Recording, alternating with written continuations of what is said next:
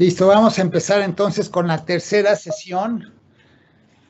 Y en esta tercera sesión vamos a hablar del tema de propagación y también vamos a hablar de comunicaciones satelitales. Entonces, en la primera sesión revisamos conceptos básicos. La sesión anterior hablamos de radiación y hablamos de las telecomunicaciones por microondas. Hoy vamos a hablar del tema de propagación y de telecomunicaciones satelitales. En particular voy a retomar los temas de sitios de transmisión y el tema de frecuencia y longitud de onda, que son fundamentales para entender los temas de comunicaciones. Y después voy a entrar a temas que no toqué la vez pasada, que son importantes, como la interferencia, la atenuación.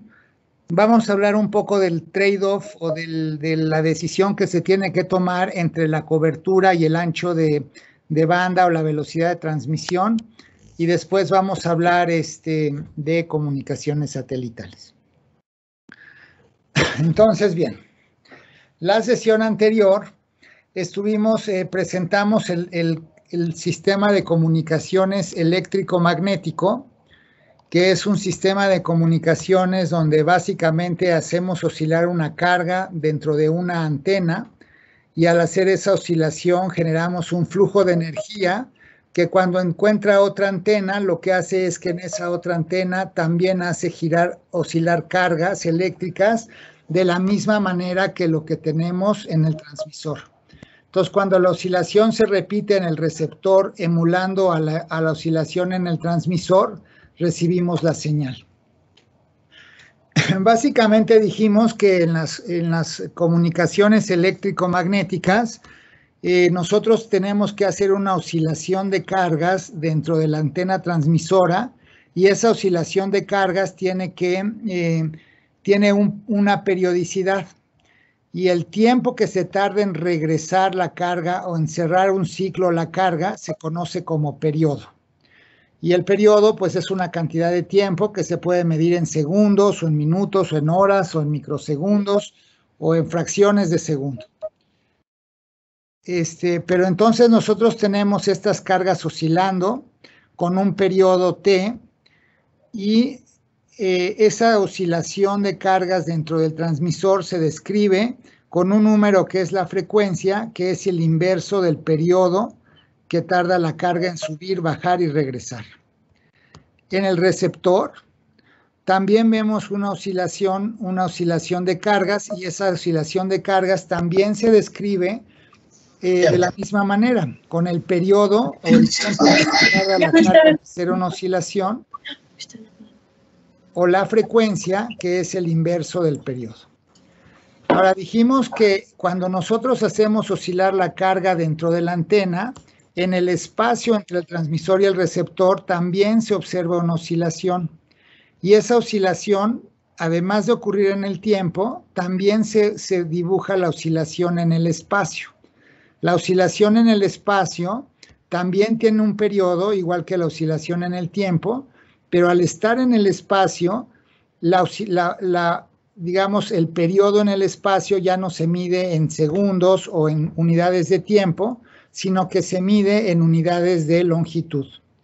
Entonces, la oscilación dibujada en el espacio tiene una longitud que se puede medir en metros, o en kilómetros, o en centímetros, o en alguna variable de longitud.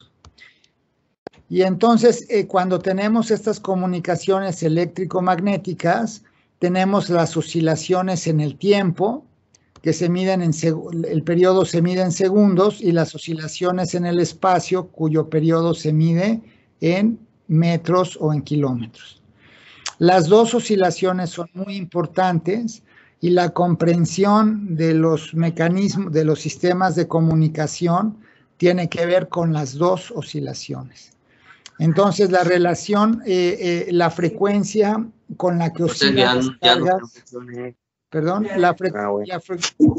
alguien tiene prendido su micrófono y lo estoy escuchando, no sé si tiene alguna duda. Perdón, doctor, ya está apagado, yo los estoy apagando cuando los enciendo. Perdón. Gracias. Entonces tenemos esta oscilación en el tiempo descrita con una frecuencia f, está relacionada con este periodo o longitud en el espacio, que también se conoce como longitud de onda, y la relación está dada por esto, que es la longitud de onda es igual a 300 millones entre la frecuencia medida en metros. Esta fórmula funciona cuando la frecuencia se mide en hertz, y un hertz es simplemente un 1 entre segundo. Entonces la frecuencia igual a 1 entre el periodo me dice cuántos ciclos tengo en un segundo, y esa unidad es un hertz. Las dos periodicidades son importantes para definir qué es lo que pasa con las comunicaciones.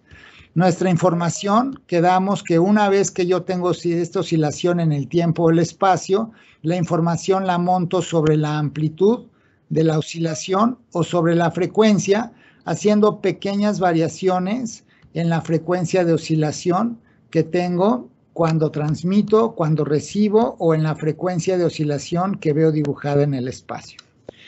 Eso es lo que habíamos visto en la sesión anterior. Lo que vamos a ver hoy es que, bueno, todavía la sesión anterior vimos que en el entorno donde vivimos hay muchísimas fuentes de información o muchísimos transmisores. Hay muchísimos, digamos, radios o sistemas que están transmitiendo constantemente con diferentes frecuencias. Entonces, cuando yo pongo una antena receptora en algún lugar, por el punto donde está puesta la antena van a pasar paquetes de energía que vienen de múltiples fuentes transmisoras. Entonces, lo que recibe la antena es la suma de todas estas señales que vienen de cualquier sitio donde se esté transmitiendo o donde se esté radiando energía. Sin embargo, lo que yo recibo, básicamente lo puedo ver como una suma de muchas funciones armónicas que oscilan con diferentes frecuencias. Entonces, también en las sesiones anteriores hablamos del espectro en frecuencia, y lo que podemos decir es que lo que recibe esta antena es para recibe señales con muchas frecuencias distintas, y aquí en el eje acostado estoy poniendo las distintas frecuencias que recibe esta antena, porque está recibiendo señales que vienen de muchas fuentes, donde oscilan los electrones con diferentes frecuencias. Entonces, en el eje acostado estoy poniendo las diferentes frecuencias que recibe esta antena de diferentes fuentes, y en el eje vertical estoy poniendo la amplitud de la oscilación que recibo de las diferentes frecuencias. Entonces, aquí puedo ver esta gráfica donde los valores arriba me dicen cuál es la amplitud de la oscilación que tiene la frecuencia que está marcada sobre el eje horizontal. Y así, entonces, para esta frecuencia ilustrada en esta gráfica de 15 kilohertz, tengo una amplitud que es la que corresponde en el eje vertical. Esta es una representación de lo que recibimos cuando ponemos una antena receptora conectada a un radioreceptor. Y nosotros internamente con la electrónica del radio podemos seleccionar una frecuencia en particular y podemos ver cómo oscila o cuál es la amplitud de esa frecuencia en particular. Entonces, si yo tengo un transmisor que está transmitiendo con una frecuencia en particular, yo en el receptor, con la electrónica del radio, puedo fijarme nada más en la amplitud con la que oscila esa frecuencia, y esa amplitud, como mostré antes, esa amplitud puede llevar codificada la información que estoy enviando. Entonces, observando la oscilación o la variación de amplitud de una frecuencia particular, yo puedo saber lo que está enviando el transmisor que transmite a esa frecuencia. Si yo tengo solamente un transmisor transmitiendo a una frecuencia particular, entonces yo tengo una comunicación limpia entre este punto y este punto, y al filtrar o separar la amplitud de la frecuencia de este transmisor, puedo saber exactamente lo que está transmitiendo aunque tenga otras fuentes de información que están transmitiendo con otras frecuencias. Si yo tengo dos transmisores que transmiten a la misma frecuencia, entonces lo que va a recibir esta antena en esa frecuencia va a ser la suma de las señales que transmite más el otro transmisor que reciba la misma frecuencia.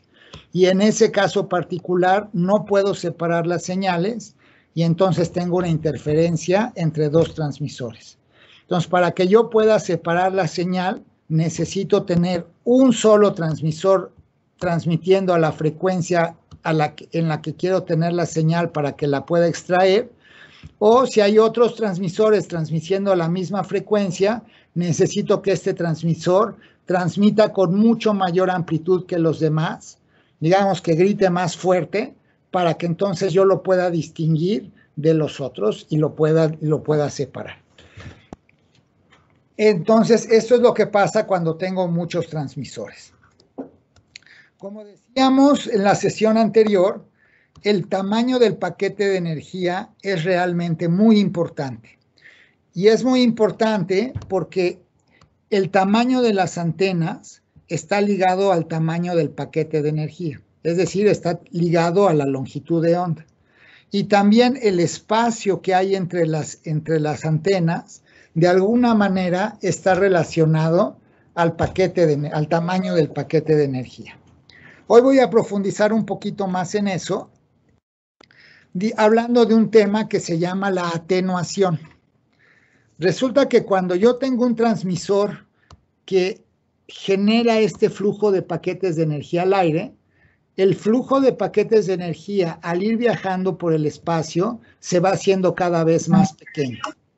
Y se va haciendo más pequeño por una de dos razones. Una razón es la atenuación. La dispersión. ¿Qué es lo que sucede? Cuando yo tengo un transmisor, digamos, en el puntito verde que está ahí, ese transmisor va a generar el flujo de paquetes de energía hacia afuera. Ahora, como la energía total que aventó ese transmisor, vamos a decir que ese transmisor es de un transmisor de 100 watts. Ese transmisor está poniendo 100 joules de energía cada segundo. La energía que pone ese transmisor en el aire, conforme se va propagando hacia afuera, la energía se va dispersando o se va regando en un espacio cada vez más grande. Y entonces, conforme la energía se va regando o dispersando en un espacio cada vez más grande, lo que yo puedo ver cuando me paro en línea recta enfrente del transmisor, cada vez es más pequeño. Conforme me voy alejando del transmisor, esa energía que yo puedo ver o el tamaño de los paquetes de energía se hace pequeño porque la energía que está en cada paquete se va regando en espacios que son cada vez más amplios. Entonces, la energía que yo pongo en el aire se va a ir haciendo pequeña, o los paquetes de energía, el tren de paquetes de energía que dibujamos la sesión anterior, ahora voy a ver que se va a hacer en paquetes con cada vez menor energía. Aunque el tamaño del paquete sigue siendo el mismo, sigue teniendo la misma longitud, la cantidad de energía que lleva el paquete se hace cada vez menor conforme esa energía se va regando en el espacio. Esa es una de las causas de atenuación de la energía que pongo en el aire cuando muevo cargas en una antena. La otra causa por la que se pierde energía es que cuando la energía va pasando por el aire tiene cargas. El aire está lleno de átomos y los átomos tienen electrones y protones. Cuando la energía va pasando por el aire, al ir pasando le va haciendo fuerza a todos los electrones y protones para invitarlos a que oscilen, igual que como están oscilando las cargas en la antena transmisora. Ahora, en general, las cargas en el aire no se mueven, pero no diríamos que no se mueven nada, no se mueven mucho, pero el pequeño movimiento que tienen las cargas en el aire conforme va pasando la energía, ese pequeño movimiento se va consumiendo parte de la energía que tengo en mis paquetes. Entonces los paquetes, al ir viajando por el aire o por el medio de propagación, también se van haciendo pequeños porque interactúan con el medio que está ahí alrededor, haciendo que las partículas en el medio oscilen o vibren, aunque sea poquito, imitando lo que está en la antena transmisora. Entonces, en la sesión anterior dijimos que si yo muevo cargas al interior de una antena de manera oscilatoria, genero este flujo o este tren de paquetes o burbujas de energía que se mueven del transmisor al receptor. Lo que estamos agregando hoy a lo que dijimos la sesión anterior es que ese tren de paquetes de energía, conforme va viajando en el espacio, se va a ir haciendo pequeño, va a ir, no pequeño de tamaño, va a ir reduciendo la cantidad de energía que tiene. Y esa reducción, estamos diciendo que tiene que ver con que la energía que tengo se va dispersando y se va regando en regiones del espacio cada vez más grandes, y también se va haciendo pequeña porque se va gastando en mover a las partículas que están en el aire. Lo que es interesante e importante de rescatar de esto, además de que los paquetes de energía van perdiendo la energía que tienen, es que la distancia en la que se atenúan los paquetes de energía está relacionada con el tamaño del paquete de energía. Entonces, si yo quiero saber qué tanto avanza una onda, lo que tengo que pensar es que las ondas pueden avanzar 2 o 3 o 10 o 100 paquetes de energía antes de atenuarse de una manera significativa. Pero la medida para saber qué tanto llegan o qué tanto alcanzan no es 1 metro, ni 10 centímetros, ni 1 kilómetro. La medida para saber qué tanto avanzan un paquete de energía es su tamaño. Digamos que los paquetes de energía se van atenuando conforme avanzan, pero las distancias significativas para saber que esto se atenuó deben ser múltiplos o fracciones del tamaño del paquete de energía. Es decir, la señal avanza varios paquetes de energía y esa distancia en paquetes de energía se traduce en varias longitudes de onda. Por eso, nuevamente, el tamaño del paquete de energía o la longitud de onda es realmente muy importante, porque yo puedo decir que una onda se atenúa significativamente después de haber avanzado 10 longitudes de onda, o 50 longitudes de onda, o media longitud de onda. Pero la longitud de onda es una variable que cambia significativamente con la frecuencia de la señal que estoy usando para transmitir. Entonces, si yo pienso, por ejemplo, en estos dos escenarios, ¿no? Un valle y el interior de un automóvil. Y adentro del valle yo pongo 2 antenas, entonces entre esas 2 antenas voy a tener un flujo de paquetes de energía. Si las mismas 2 antenas las pongo al interior del automóvil, voy a tener ese mismo flujo de paquetes de energía. Lo interesante es que a lo mejor yo puedo decir que entre estas 2 antenas va a haber una atenuación, y esa atenuación significativa se va a dar después de que tenga 1, 2, 3, 4, 5 paquetes de energía. Y lo mismo diría dentro del automóvil. Entre estas 2 antenas, la atenuación se daría después de 1, 2, 3, 4, 5 paquetes de energía.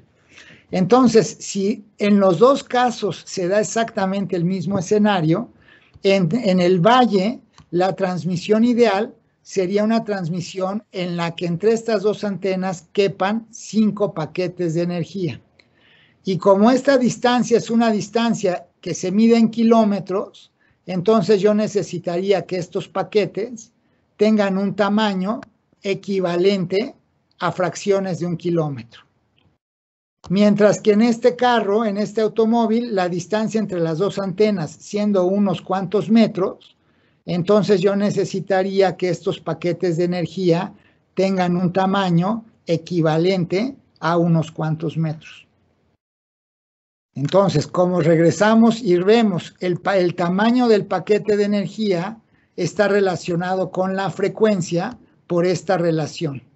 Cuando yo tengo una frecuencia de amplitud modulada, el tamaño de una de estas burbujas de energía ronda por los 500 metros, más o menos, medio kilómetro o un cuarto de kilómetro es el tamaño de este paquete de energía. Cuando estoy hablando de FM, el tamaño de este paquete de energía es más o menos de unos cuantos metros. Cuando estoy hablando de señales arriba de FM, por ejemplo, cuando hablo de señales de Wi-Fi, por ejemplo, el tamaño de este paquete de energía son unos cuantos centímetros. Por eso es que en esta transmisión, que es exactamente, en principio es exactamente lo mismo, dos antenas con paquetes de energía viajando de una a otra, que se van atenuando conforme se van propagando. En esta situación, yo podría pensar que una señal de AM es ideal, o una frecuencia en el rango de AM, que son los 700, 800 kilohertz. Kilohertz es una buena señal es una buena manera de hacer una comunicación entre estos dos puntos, mientras que al interior del automóvil, un tamaño de paquete de medio kilómetro, pues adentro del automóvil no va a caber, y entonces no voy a poder crear esta condición de comunicaciones al interior del automóvil. Si quisiera tener una buena comunicación al interior del automóvil, debería seleccionar paquetes de energía que tengan una medida de 10, 15, 20 centímetros, y entonces estaríamos hablando del rango de frecuencias que utiliza Wi-Fi, por ejemplo. Wi-Fi tiene un buen rango de frecuencias que me da un tamaño de paquetes de energía que es adecuado para comunicaciones al interior de un recinto o de un automóvil. Si utilizara señales de frecuencia mucho más alta, con paquetes de energía mucho más pequeños, por ejemplo la luz, si yo quisiera hacer una comunicación por luz desde aquí hasta acá, entonces voy a tener varios problemas. El primero es que el tamaño de los paquetes de luz es chiquititito. La vez pasada decíamos que el tamaño de un paquete de luz se compara con el grosor de un cabello.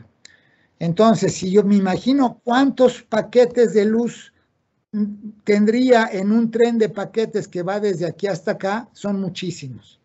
¿Y eso qué significa? Que la propagación de aquí hasta acá se va a atenuar muchísimo, porque voy a tener muchísimas longitudes de onda, y la atenuación se mide en cuántas longitudes de onda tengo. Entonces, la atenuación de aquí para acá sería grandísima si trato de hacer una comunicación por luz. Y además, como hay otras fuentes de luz, especialmente en el día, en esta situación, si quisiera comunicarme con luz, además de que tendría una atenuación bárbara, tendría todo el ruido o interferencia de otras fuentes de luz que están generando paquetes a la misma frecuencia o con la misma longitud. Entonces, una comunicación con muy alta frecuencia aquí no sería la ideal. Una comunicación de muy baja frecuencia, digamos en AM, queda perfecta, porque el tamaño de los paquetes y el número de paquetes que tendría entre las dos antenas, pues aparentemente encaja muy bien con la situación de tamaños en la que estoy haciendo mis comunicaciones. Pero la longitud de onda no es el único parámetro relevante. El otro parámetro relevante es la frecuencia. Y la frecuencia tiene que ver con la velocidad de transmisión de bits. Recordemos, como dijimos en las sesiones anteriores, que lo que nosotros transmitimos cuando queremos mandar información en un formato digital es una secuencia de unos y ceros, como está ilustrado en esta cajita superior izquierda. Entonces yo tengo una secuencia de unos y ceros, y para hacer eso voy a prender y apagar mi transmisor. Cuando el transmisor está prendido, estoy enviando unos; cuando el transmisor está apagado, estoy enviando ceros.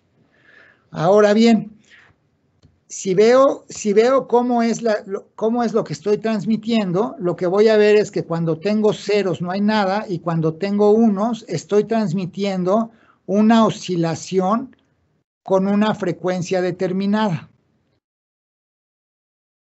Muy bien.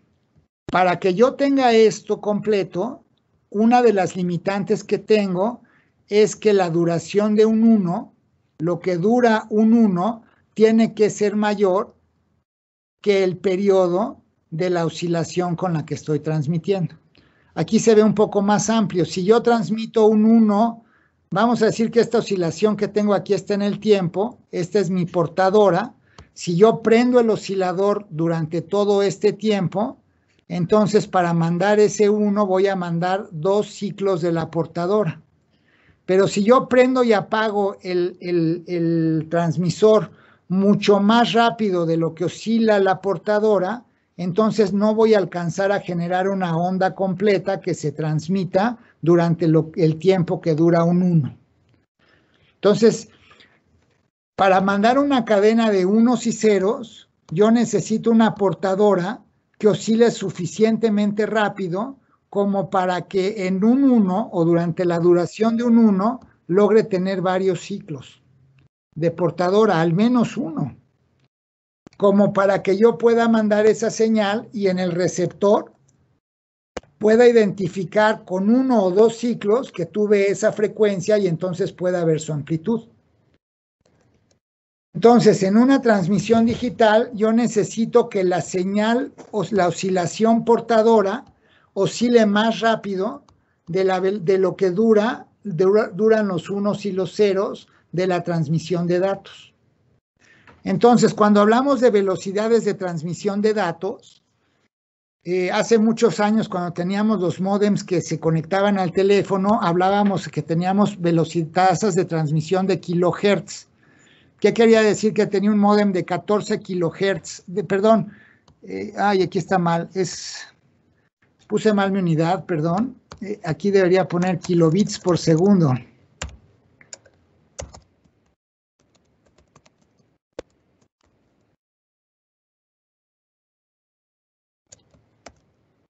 Voy a hacer aquí una corrección rápida.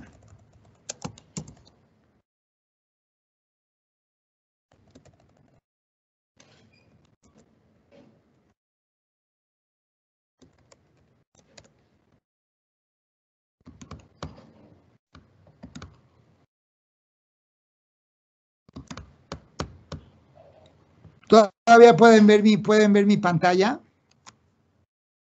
No, en este momento no está la pantalla. Déjenme volver a poner la pantalla, perdón. Hice un ajuste en mi presentación porque tenía un pequeño detalle ahí. Ya aparece. Ok. Entonces, cuando hablamos de la velocidad de transmisión de datos, en los viejos módems hablábamos que teníamos un módem de 14 kilobits por segundo o después subimos a 56 kilobits por segundo. Después, cuando teníamos ya módems muy rápidos o nos conectábamos al cable de televisión, transmitíamos hasta 200 kilobits por segundo. ¿Qué quiere decir? Que tengo una tasa de transmisión de bits de 56 kilobits por segundo. Eso significa que estoy mandando 56,000 bits cada segundo, donde un bit es un dígito digital, valga la redundancia, es decir, un bit es un 1 o un 0. Entonces, cuando yo tengo una tasa de transmisión de kilobits, estoy mandando miles de bits por segundo o miles de unos y ceros por segundo. Cuando tengo una velocidad de transmisión de megabits por segundo, estoy mandando millones de bits por segundo. Y después podemos tener velocidades de transmisión de gigabits por segundo, donde estamos ahora mandando miles de millones de bits cada segundo. Y a lo mejor ya hablamos de velocidades de terabits por segundo, donde estamos mandando millones de bits cada segundo. Pero ustedes pueden ver que de los 90 para acá, las transmisiones, las velocidades de transmisión subieron desde los miles de bits por segundo, que en los 90 era súper buena velocidad de comunicación, de transmisión para una computadora o para un módem, y hemos ido subiendo hasta llegar a los gigabits por segundo para las personas. Ahora bien, ¿no? Estas son las velocidades con las que nosotros transmitimos los unos y los ceros, pero hay que recordar que cada uno cada símbolo necesita que mande al menos un ciclo completo de la onda, de la frecuencia con la que estoy transmitiendo de la portadora. Entonces, cuando estos unos y ceros o estas tasas de transmisión las quiero montar sobre la amplitud de la portadora, entonces me tengo que fijar en la frecuencia de la portadora. Si yo pienso en AM, donde tenía 700 kilohertz, donde 700 kilohertz significa que tenía 700 ciclos en un segundo, perdón, 700,000 ciclos en un segundo, lo que puedo darme cuenta rápidamente es que si tengo 700,000 ciclos en un segundo, no voy a poder meter una transmisión de megabits por segundo.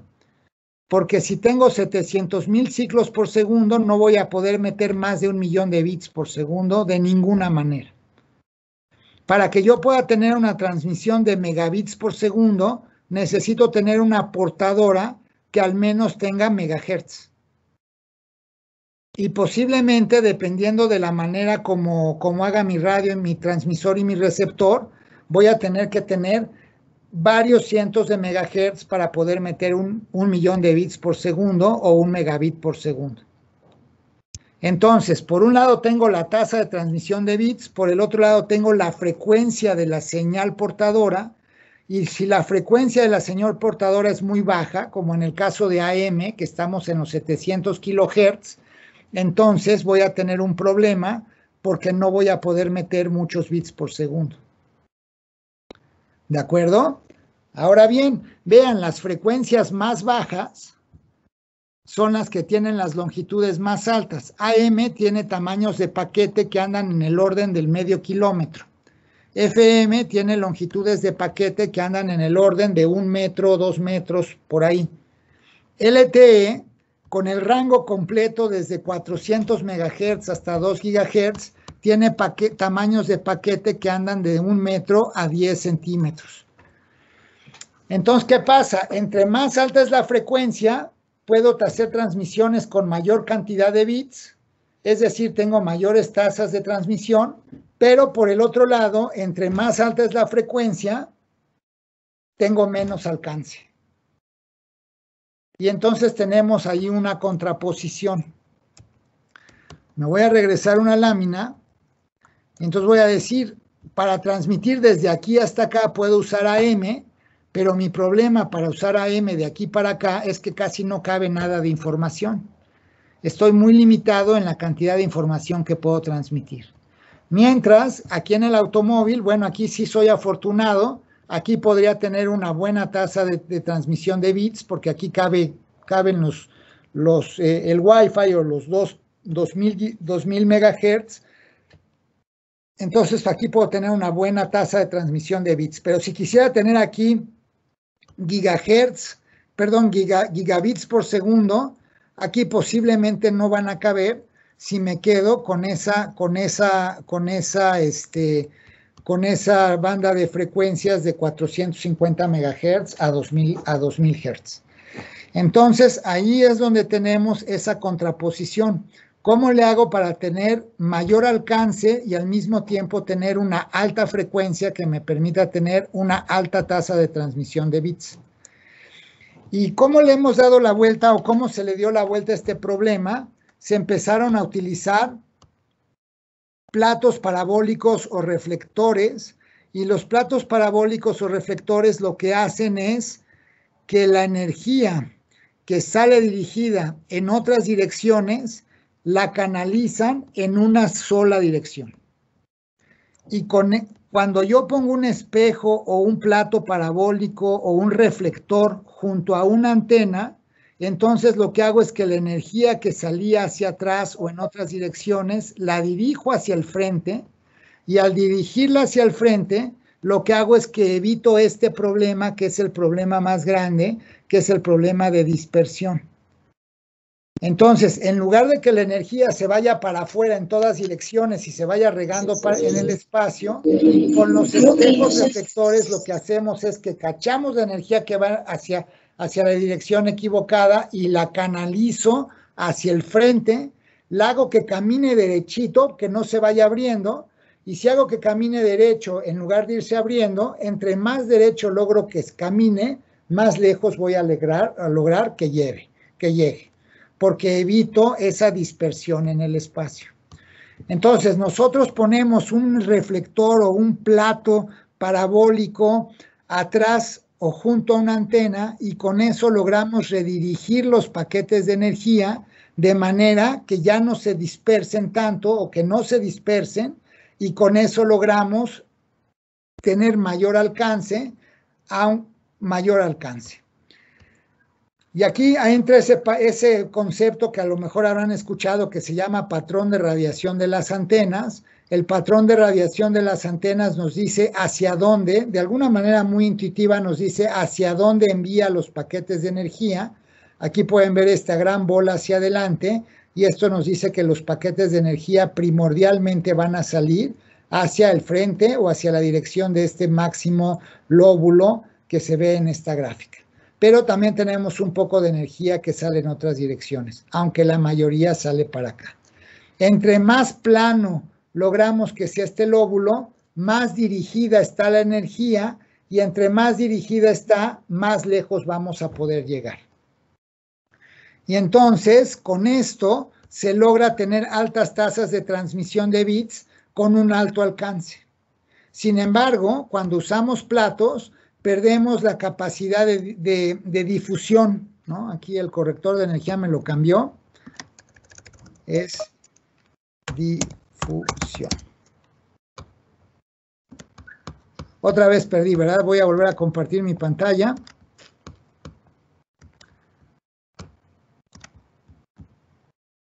Entonces, se pierde la capacidad de difusión. Cuando yo canalizo la energía en una sola dirección, entonces voy a poder tener una comunicación de un punto a un punto, al punto que esté enfrente, pero pierdo la posibilidad de radiar en todas las direcciones.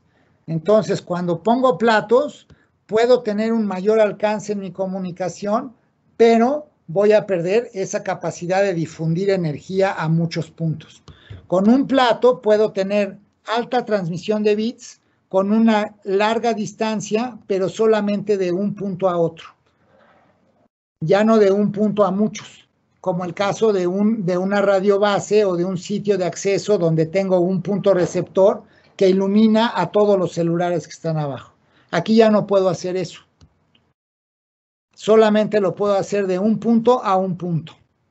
El otro problema que tengo cuando trato de direccionar la energía es que el tamaño del plato, imagínense que para que este plato funcione y pueda aventar la energía para adelante, entre la antena y el plato tienen que caber varios paquetes de energía. Eso quiere decir que el tamaño de este plato tiene que ser varias veces el tamaño de un paquete de energía. Si yo quiero hacer un plato para Wi-Fi, donde el paquete de energía es de 10 centímetros, pues si pienso que el plato es 10 paquetes de energía o 20 o 100 paquetes de energía, estaría hablando de que el plato tendría que medir 1 metro. O se oye razonable. Si yo quisiera hacer un plato para dirigir una señal de AM o de FM, entonces si FM mide 3 metros el paquete de energía, entonces yo tendría que hacer un plato de 30 metros o de 60 metros o más grande. Entre más quiero dirigir la energía, más grande tiene que ser el plato, y el plato tiene que estar medido en longitudes de onda del paquete que quiero hacer. Entonces yo podría decirles que aquí con AM podría poner un plato para dirigir mi señal, pero el plato para AM tendría que medir varios kilómetros de tamaño. Y eso es muy difícil de hacer. Pero aquí adentro del automóvil, si quiero dirigir los paquetes de energía de un punto del automóvil a otro, donde tengo paquetes de energía que miden 10 centímetros, posiblemente sí pueda pensar, posiblemente, en un plato que los pueda dirigir. Si tuviera paquetes de energía del tamaño de 1 centímetro o de medio centímetro, entonces sí es muy viable pensar que dentro del automóvil pueda poner platos que me permitan dirigir los paquetes de energía de un lugar a otro. Entonces, importante recordar, con el plato logro dirigir los paquetes de energía. Pero el problema es que el tamaño del plato va a tener que ser varios paquetes, tiene que cubrir varios paquetes de energía, y eso implica que este tamaño de plato puede llegar a ser muy grande para señales de frecuencias muy bajas, ¿no? Este que está ilustrado en esta foto es el de Arecibo, y ese es un radiotelescopio. Entonces ese es un plato que funciona en frecuencias relativamente bajas, pero pues pueden ver el tamaño de ese plato, es grandísimo. ¿De acuerdo? Entre más grande es el plato, más grande puedo hacer la directividad, y si quiero llegar realmente muy lejos, lo que tengo que hacer es un gran plato que haga que esta directividad sea realmente muy grande, y eso me puede permitir, aún con frecuencias muy bajas, ir muy lejos. Entonces, con esta es la manera como trabajamos para aumentar el alcance y al mismo tiempo mantener una alta frecuencia que me permite tener una alta velocidad de transmisión de bits. Un ejemplo clásico de esto son los enlaces de microondas, que son muy populares porque se ven en las antenas, en las torres de las antenas. El enlace de microondas básicamente es un plato, y al interior del plato, aunque no se ve, ahí muy pequeño, pero en el centro del plato está la antena. Y todo el tambor que se ve ahí atrás simplemente es un reflector que hace que todos los paquetes de energía que radia la antena en diferentes direcciones, el plato los canaliza hacia adelante, y al canalizarlos hacia adelante, entonces podemos tener una comunicación en una distancia que sea con una frecuencia muy alta a una distancia que es razonablemente larga. Por ejemplo, en estos casos es común que utilicemos frecuencias que están en el orden de los 10 GHz, y para 10 GHz, vamos a poner 9 GHz, la longitud de onda para 9 GHz está más o menos en 1 centímetro o menos. Entonces, cuando tengo una longitud de onda tan pequeña, con un plato puedo lograr que la señal viaje a una distancia de hasta varios kilómetros, y al mismo tiempo, con esa frecuencia de 10 GHz, puedo hacer una transmisión que lleve varios miles de millones de bits cada segundo. Entonces, el problema de este transmisor es que este transmisor solamente se va a comunicar con un transmisor que esté al frente, porque como este plato evita que los paquetes de energía salgan en cualquier dirección, si yo pongo un receptor acá atrás, no va a recibir nada. Solamente lo voy a lograr cuando estoy al frente. Entonces, con estos mecanismos, con este tipo de platos y altas velocidades de transmisión, normalmente damos servicios de transporte. ¿Qué significa un servicio de transporte? Que por aquí podemos llevar las señales de muchos usuarios agregadas, porque tenemos mucha capacidad de transmisión, pero no la voy a difundir a todo mundo, solamente la voy a llevar desde este transmisor a este punto receptor, y los dos puntos posiblemente van a pertenecer al mismo usuario, que probablemente es un proveedor de servicios de telecomunicaciones. Claro que este proveedor de servicios de telecomunicaciones en esta misma torre puede poner una antena de difusión, como un dipolo suelto, con una frecuencia más baja, que cree una zona de cobertura abajo, donde los usuarios puedan accesar a la torre por esa antena, que es simplemente como un alambrito como los que vimos antes, y esa antena lo que reciba esa antena lo puedo canalizar a este punto, que es el punto donde hago mi transmisión ya de transporte, donde llevo muchos usuarios agregados y sumados en una sola señal de alta capacidad. Y sí quise hacer notar en esta gráfica que, como esta es una señal de muy alta frecuencia, la longitud de onda es muy pequeña. Como dijimos, en el caso de 10 GHz, la longitud de onda es 1 centímetro, y cuando tengo señales o paquetes de energía de un tamaño de 1 centímetro, los obstáculos que hay en el espacio, por ejemplo, las gotas de lluvia, pueden interferir o pueden dañar la señal.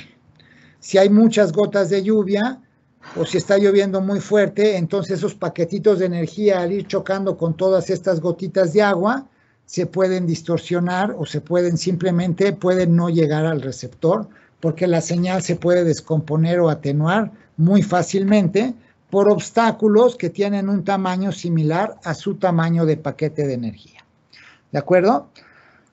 Bueno, este es el caso de los enlaces de microondas. Algo parecido a los enlaces de microondas se llevó hasta los satélites. Y entonces es que tenemos las comunicaciones satelitales. Cuando hablamos de comunicaciones satelitales, básicamente lo que tenemos es una antena en el satélite que recibe una señal de la Tierra y luego tenemos otra antena en el satélite que regresa la señal hacia la Tierra. Cuando trabajamos con satélites, lo ideal, quizá por la distancia, sería pensar en bajas frecuencias como estas. Sin embargo, si pensamos en bajas frecuencias, nuestra capacidad de transmisión es muy baja, podemos mandar muy pocos bits por segundo y eso de ninguna manera justificaría el gasto y la inversión y el esfuerzo de poner un satélite allá arriba. Por eso los satélites lo que tienen es una antena y con esa antena dirigen la señal y pueden hacer enlaces de comunicaciones de punto a punto, ¿no? O estando tan lejos, aunque dirigen mucho la señal, lo poquito que se va abriendo con la distancia logra tener una cobertura que sí puede ser muy significativa sobre la Tierra. Los satélites entonces tienen eso. Para entender un poquito la física o las características de la comunicación satelital, quisiera reflexionar un poco sobre la distancia que hay entre las dos antenas y lo que ocurre cuando tengo un satélite. Entonces, para pensarlo, los primeros satélites los ponían en un lugar que se llamaba la órbita geoestacionaria. ¿Qué significaba la órbita geoestacionaria? Que yo ponía el satélite en un punto tal que cuando la Tierra va girando, el satélite siempre se mantiene en el mismo punto sobre la Tierra. Digamos que al poner el satélite en este punto, el satélite giraba a la misma velocidad que la Tierra y entonces siempre se mantenía sobre el mismo punto de la Tierra. Los primeros satélites que se utilizaron para comunicaciones eran satélites que querían que fueran geoestacionarios para que la antena transmisora y receptora que esté en el satélite no se estuviera moviendo respecto a la posición de la Tierra y siempre pudiera estar iluminando al mismo receptor y siempre pudiera estar viendo al mismo transmisor. El problema principal de esos primeros satélites de comunicaciones es que al estar en la órbita geoestacionaria estaban a 36,000 kilómetros. Para que se den una idea, la Tierra, el radio de la Tierra mide 6,000 kilómetros. O sea, el diámetro de la Tierra son 12,000 kilómetros. Si esta es la Tierra, aquí les hice un dibujo que está a escala. Si esta es la Tierra, su diámetro son 12,000 kilómetros y entonces 36,000 kilómetros son 3 diámetros de la Tierra. 1, 2, 3. Ahora, también para ponernos escala, si piensan en el punto más alto de la Tierra, que es la punta del monte Everest, la punta del monte Everest está a 8,000 kilómetros sobre el nivel del mar. No, perdón, a 8,000 metros sobre el nivel del mar. Es decir, está a 8 kilómetros. Vamos a suponer a 10 kilómetros sobre el nivel del mar. Si yo quisiera dibujar el monte Everest aquí sobre la Tierra para darme una idea de qué es muy alto aquí en la Tierra, imagínense, esta línea mide 12,000 kilómetros. La mitad son 6,000 kilómetros. Si divido este pedacito entre 6, me quedan 1,000 kilómetros. Y si esos 1,000 kilómetros los divido entre 100, o sea, si ese cachito que quedó ahí de 1,000 lo divido entre 100, me queda a la altura del monte Everest. O sea que si yo quisiera dibujar el monte Everest a escala en este dibujo de la Tierra, el monte Everest quedaría dentro del grosor de la línea verde. Lo más alto que nos imaginamos en la Tierra está dentro de la línea verde. Y un satélite geoestacionario está a 3 diámetros de la Tierra, o sea, está hasta acá. Ahora imagínense sobre la Tierra, sobre este dibujo de la Tierra, cómo se vería un tráiler. Así como se ve un tráiler, así se ve un satélite geoestacionario. Entonces, ese dibujito de un tráiler hecho sobre la Tierra lo tendrían que poner en este punto y ahí es donde está nuestro satélite geoestacionario. Están lejísimos, lejísimos realmente de la Tierra. Y ahí es donde se pusieron los primeros satélites de comunicaciones. Ahora, desde allá hasta acá, tenemos que hacer una comunicación con una frecuencia suficientemente alta como para que valga la pena hacer la comunicación. Y esas frecuencias que se utilizaron con los satélites de comunicaciones tradicionales, las pueden ver ahí en Google. Si ponen en Google bandas de frecuencia satelital, les sale un dibujito como este, y ahí pueden ver que las bandas tradicionales eran la banda L, la banda C, la banda X y la banda KU y KA. Conforme nos movemos de la banda L a la banda K, va subiendo la frecuencia desde 2 GHz. 2 GHz es la frecuencia que ahora utilizamos para Wi-Fi y la estamos utilizando ya para comunicaciones celulares, ¿no? Desde 2 GHz nos subimos hasta una frecuencia tan alta como 40 GHz. ¿Cuál es el tamaño de los paquetes de energía? Para 2 GHz ya lo dijimos, para 2 GHz el tamaño del paquete de energía anda más o menos rondando por los 10 centímetros. Cuando me voy de 2 GHz a 20 GHz voy a pasar de 10 centímetros a 1 centímetro. Y cuando me voy hasta los 40 GHz ya estoy hablando de paquetes que miden milímetros.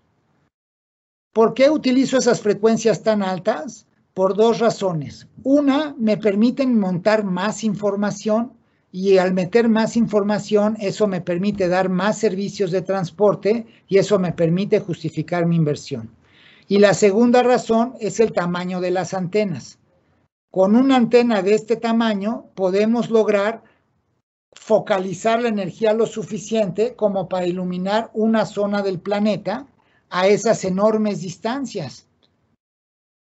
Entonces, con una antena que tiene un tamaño razonable que podemos subir hasta allá, podemos iluminar regiones del planeta razonables. No iluminamos todo el planeta, ni iluminamos puntitos chiquititos. Logramos iluminar esto con una antena que tiene un tamaño que cabe dentro de un satélite y que podemos subir hasta allá. Entonces, estas bandas de frecuencia se utilizan por esas razones. Logramos hacer la focalización con una antena de un tamaño razonable y además nos dan un ancho de banda espectacularmente grande como para poder meter ahí una cantidad de bits por segundo que sea muy atractiva como para dar servicios. ¿Qué servicios damos con los satélites? Damos servicios de difusión. Yo puedo tener aquí en la Tierra una antenota para transmitirle al satélite una señal de un canal de televisión. Y luego el satélite con su antena puede bajar esa señal de televisión, de manera que yo en una casa, en una residencia o en un edificio, puedo poner una antena parabólica también de un tamaño razonable y con esa antena parabólica de tamaño razonable puedo recibir la información de la televisión y la puedo directamente meter a la televisión para verla. Entonces, con una transmisora desde aquí puedo mandar una señal de televisión y bajarla a cualquier parte del mundo con una antena razonablemente pequeña. El otro servicio que puedo dar con esto, o que se da muy comúnmente, son servicios de transporte para prestadores de servicios de telecomunicaciones. Entonces, el prestador de servicios de telecomunicaciones puede mandar grandes volúmenes de información desde una parte del planeta hasta otra, sin tenerse que meter por un cable de fibra óptica o sin tener que tener una secuencia de enlaces de microondas. Aquí de un solo brinco suben toda su información a un satélite y luego la bajan a otra parte del planeta, donde también un prestador de servicios de telecomunicaciones puede tener un buen sitio con una buena antena para recibir esa señal y después ya en su red empezarla a distribuir a donde la tenga que distribuir localmente. Y ahora muy recientemente, y con esto voy a terminar la sesión de hoy, después lo retomamos, muy recientemente hemos estado, digamos, la parte comercial de los satélites ha estado diciendo, bueno, no necesito que esté geoestacionario el satélite. No me importa si el satélite siempre está apuntando al mismo punto o se está moviendo. Y ahora están subiendo estos satélites que me preguntaron en la ocasión anterior de órbita baja o nanosatélites, y los nanosatélites los suben a 700 kilómetros. Si quiero pensar en 700 kilómetros, otra vez, aquí son 36,000, aquí son 12,000, a la mitad son 6,000. Si divido eso entre 6, me quedan 1,000. Entonces, más o menos a estas alturas, por donde estoy moviendo el mouse ahorita, el cursor, por ahí subimos satélites de órbita baja.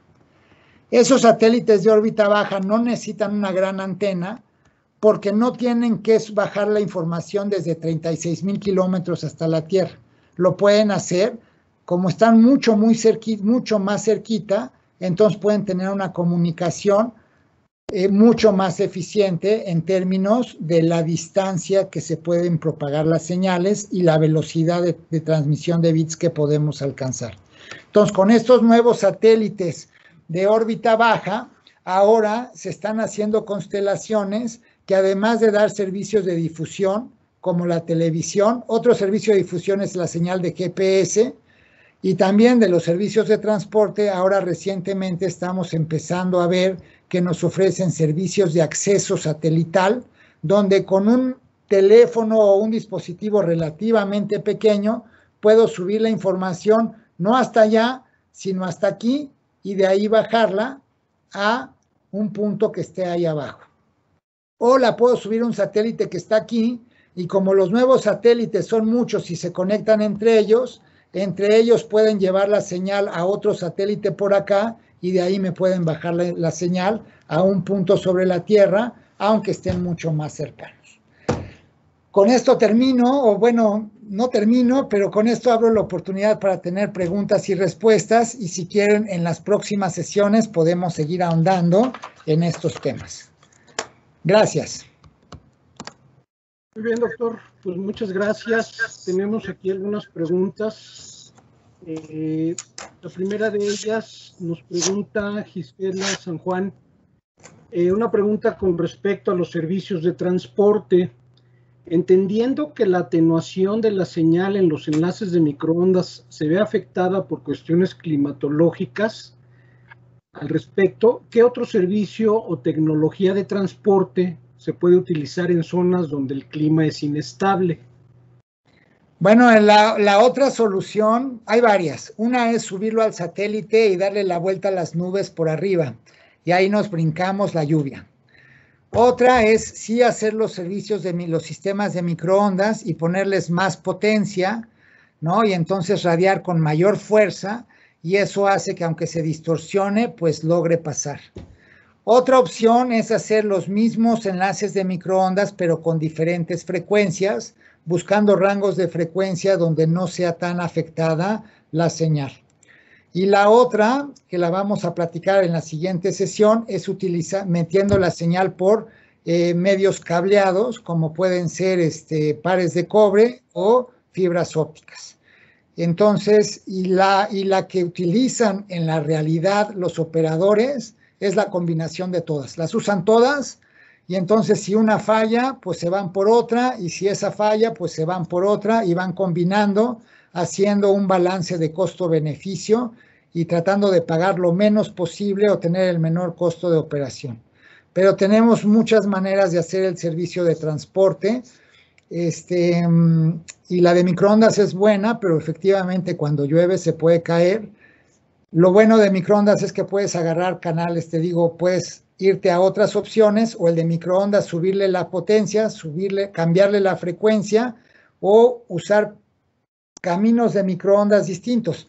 Si de aquí a aquí tienes el enlace y se cayó, puedes tener otro enlace que va a otra torre por acá y va a otra torre por allá y llega por otro camino, que es algo que también usan los operadores.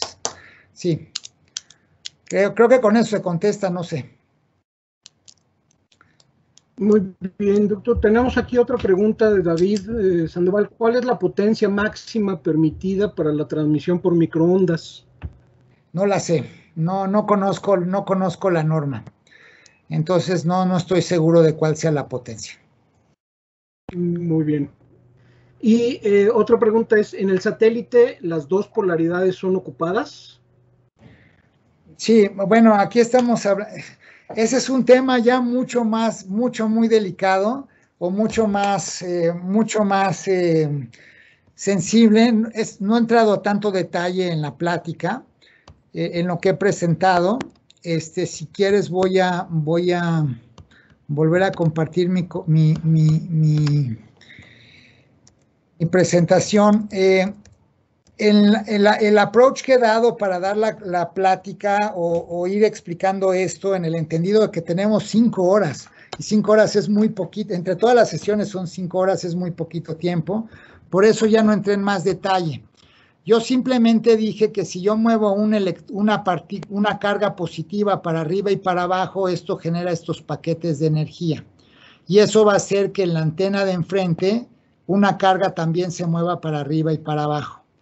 Pero resulta, y ese es un detalle curioso, que a la misma frecuencia yo puedo mover, voy a quitar la presentación para que me puedan ver, a la misma frecuencia yo puedo mover una carga para arriba y para abajo, y a esa misma frecuencia en el mismo punto puedo mover una carga hacia adelante y hacia atrás.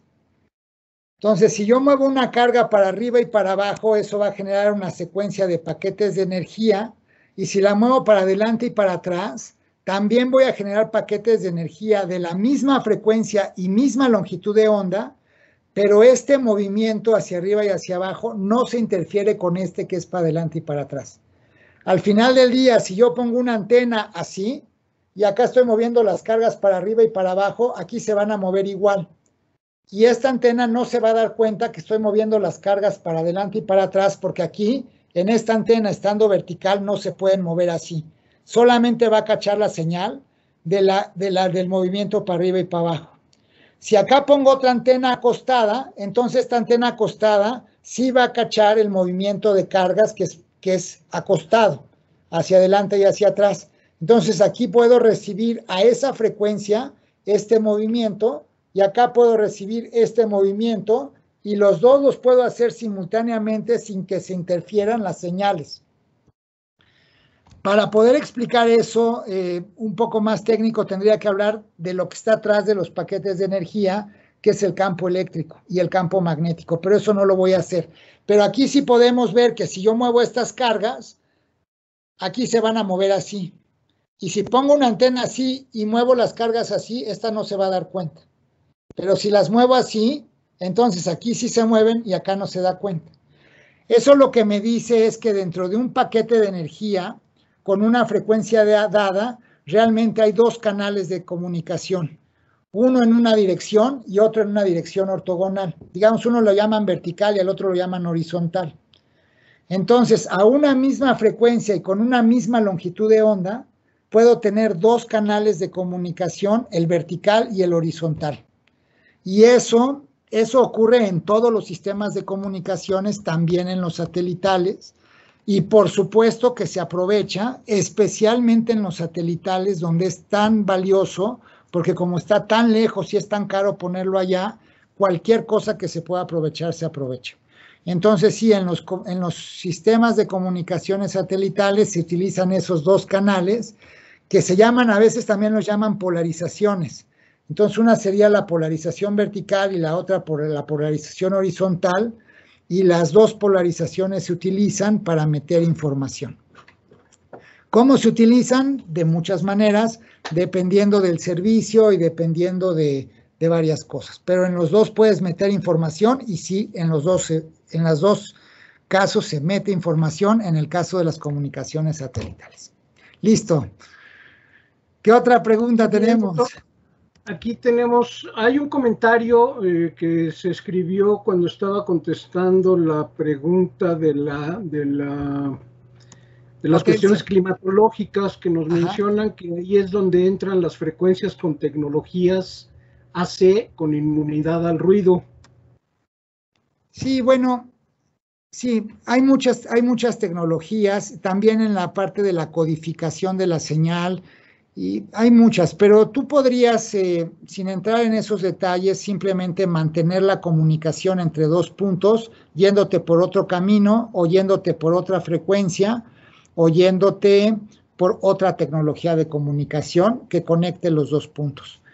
Y eso ya se puede reducir a casos particulares de cómo se implementa eso y los distintos casos particulares de cómo se va implementando los cambios de frecuencia, o incluso todavía podrías cambiar la forma como codificas la señal.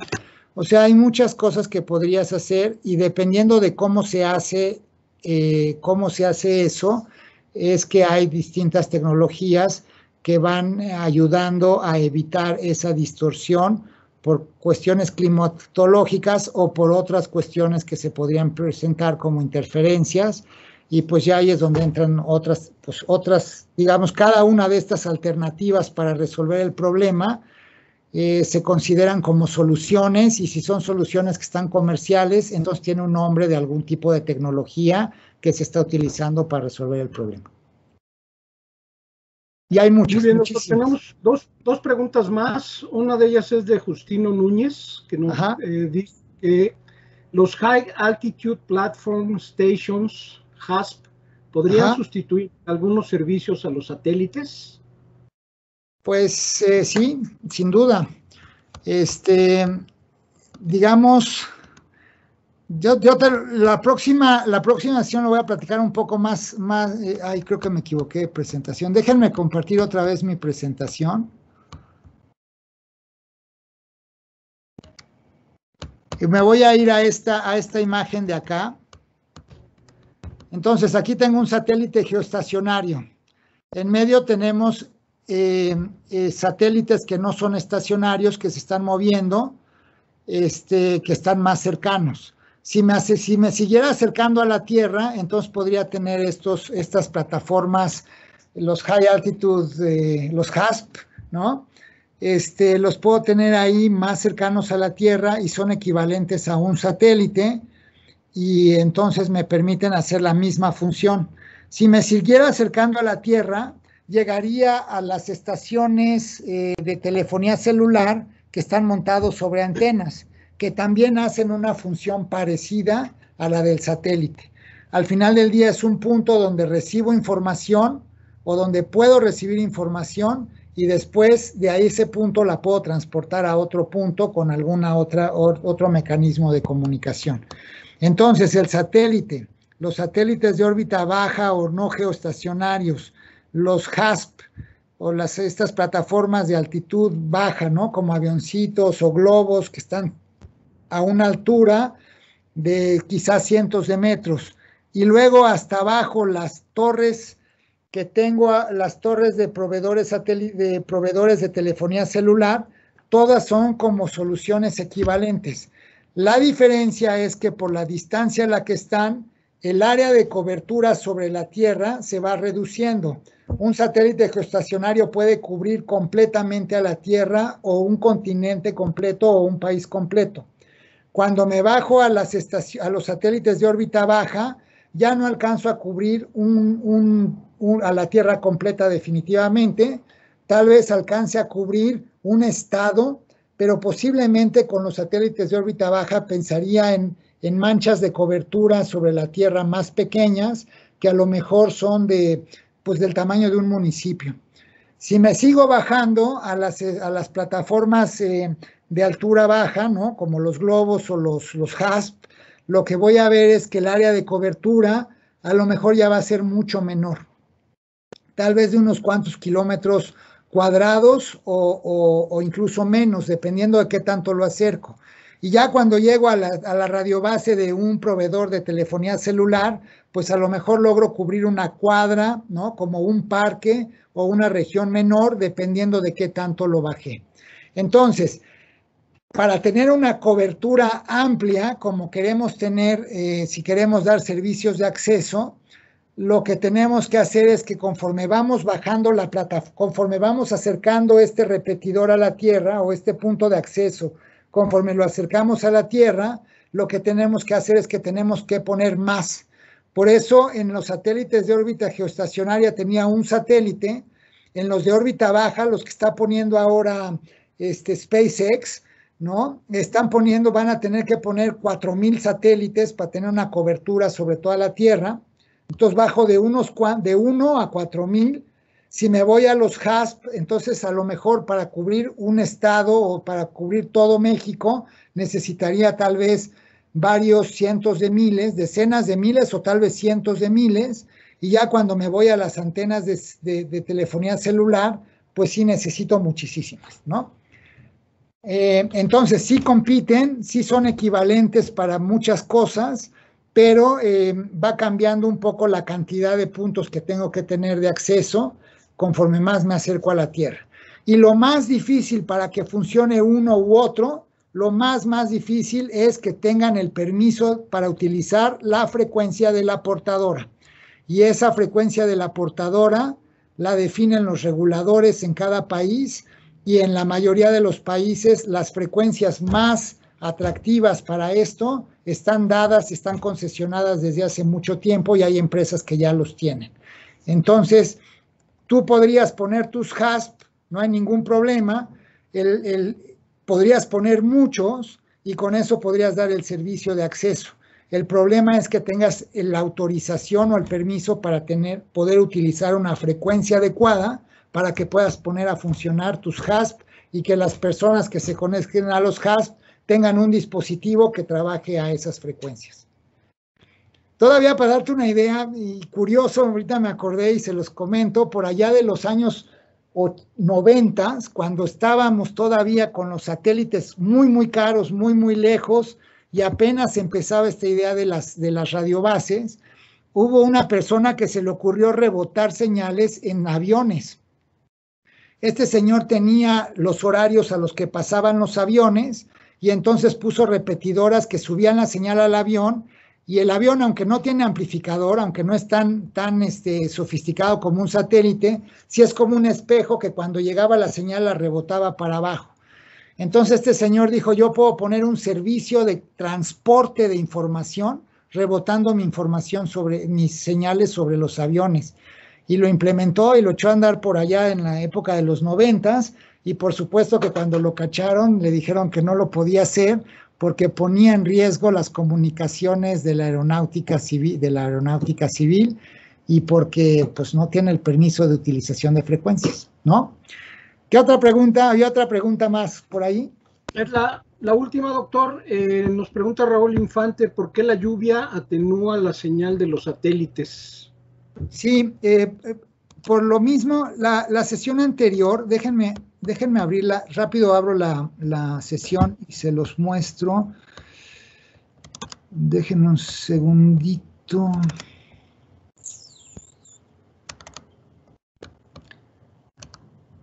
Entonces, voy a compartir la sesión anterior. No, esta es la de conceptos. Bueno, sí, eso no es. Perdón, creo que abrí la equivocada. Aquí está.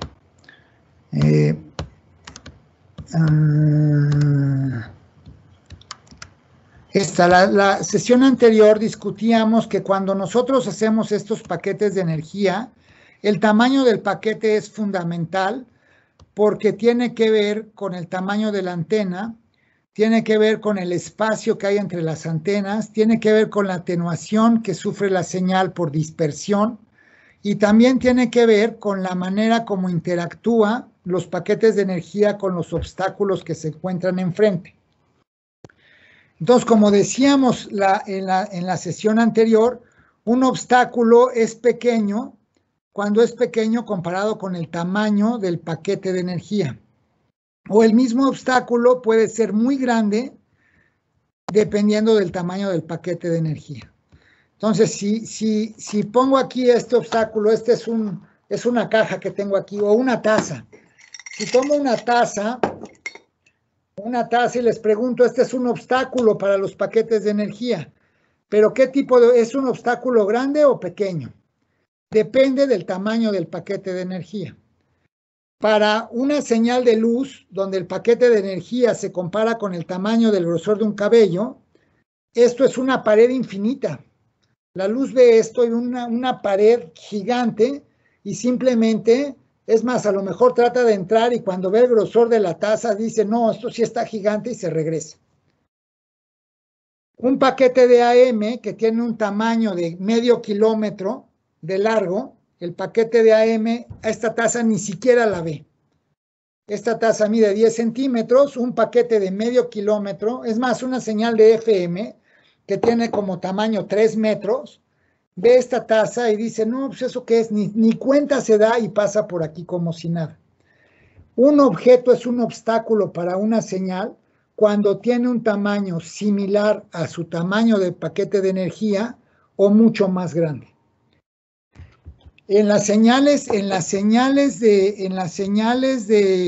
de comunicaciones satelitales, aquí las tenía, dijimos que los paquetes de energía en comunicaciones satelitales,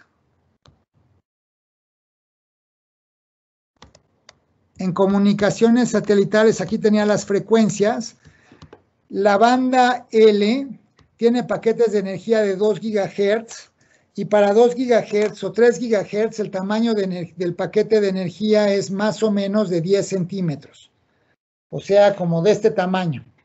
Y luego, conforme vamos subiendo la frecuencia a la banda C, banda X, banda KU y banda KA, en la banda KA subimos de 3 a 30, entonces el paquete de energía se hace como de 1 centímetro. Entonces, cuando yo tengo un tren de paquetes de energía de 1 centímetro, las gotas de lluvia tienen un tamaño similar o equivalente al paquete de energía. Y eso hace que de alguna manera los invitan a interactuar con ellos. Entonces, las señales de comunicaciones satelitales pueden interactuar con las gotas de lluvia porque son como del mismo tamaño. Entonces, cuando se ven de frente, se encuentran, se observan y tratan de interactuar. Claro que el tamaño no es la única cosa que hace que interactúe. La otra cosa que hace que interactúe es la reacción que tiene el objeto. La gota de lluvia tiene partículas que cuando ven el paquete de energía sienten que quieren interactuar. Si pueden interactuar, como estas bolitas que puse aquí que eran electrones, pero también puede ser la gota de lluvia. Si la gota de lluvia logra interactuar con el paquete porque tienen un tamaño equivalente y la gota de lluvia tiene características eléctricas que le permiten interactuar, entonces van a interactuar.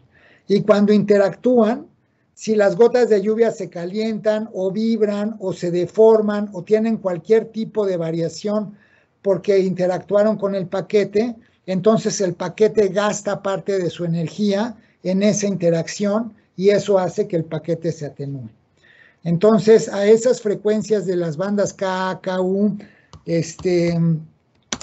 y estas que tenemos, la banda X con la que trabajan los satélites, la lluvia, las nubes, las partículas de polvo, algunas cosas que están en el ambiente, tienen un tamaño que se encuentra el paquete y dice, somos uno mismo, debemos interactuar y pues por eso interactúan, ¿no?